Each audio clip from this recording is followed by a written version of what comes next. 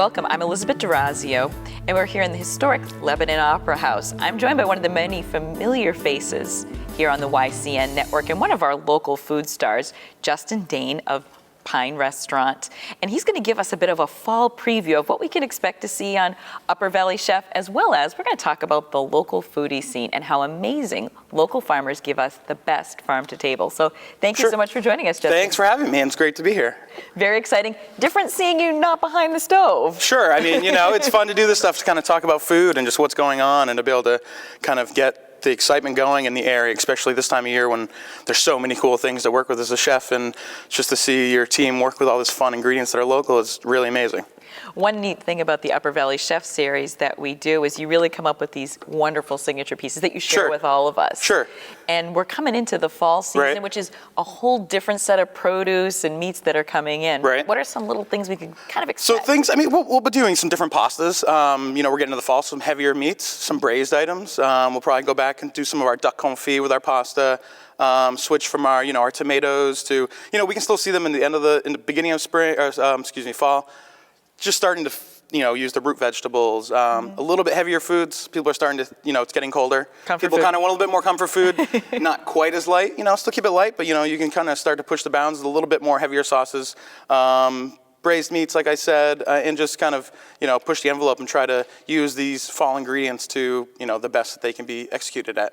And that's one thing that we like to talk about on the Upper Valley Chef is really in a community like this area, we have to go with the seasonal produce and meats. It is completely true. I mean, right now is great. Through the next, 3 months is awesome produce, and you get to see all these local things. Right now I've got, 3 to 4 farmers coming out every day and dropping off local, kale, mesclun greens, arugula, all these different cheeses, all these different, tomatoes, veg, that we're using every single day in our banquet facility as well as in Pine Restaurant.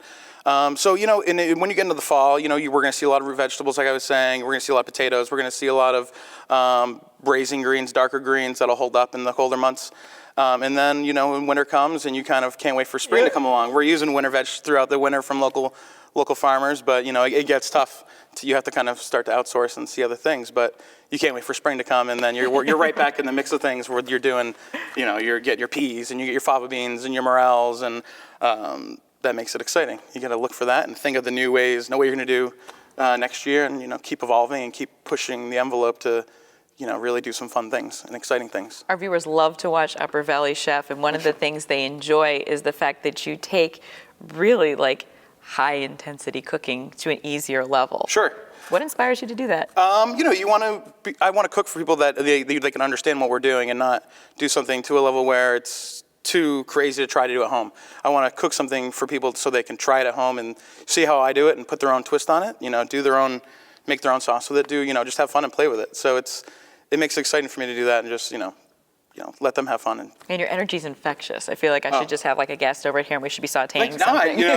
I think, that's great. You said that. I really love cooking, and I've been, cooking since I was 15, and I've always, since I started, had this drive and just love it. And whenever I start talking about food, it's great. It's a lot of fun. Now, how do you feel that the Upper Valley food scene has developed? Because it seems like it's really taken off. Sure, yeah. I've been in the Upper Valley for about 5 years.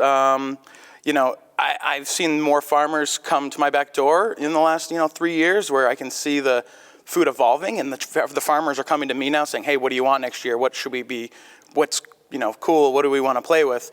And, they take a lot of the advice we do, and they'll be like, all right, let me try that out for you next year, and let's see if we can do this, or, I'll do some research on what's people are doing, on the West Coast, just to see some ideas and just see, hey, can we plant this here? Will this work here? And, a lot of times it will.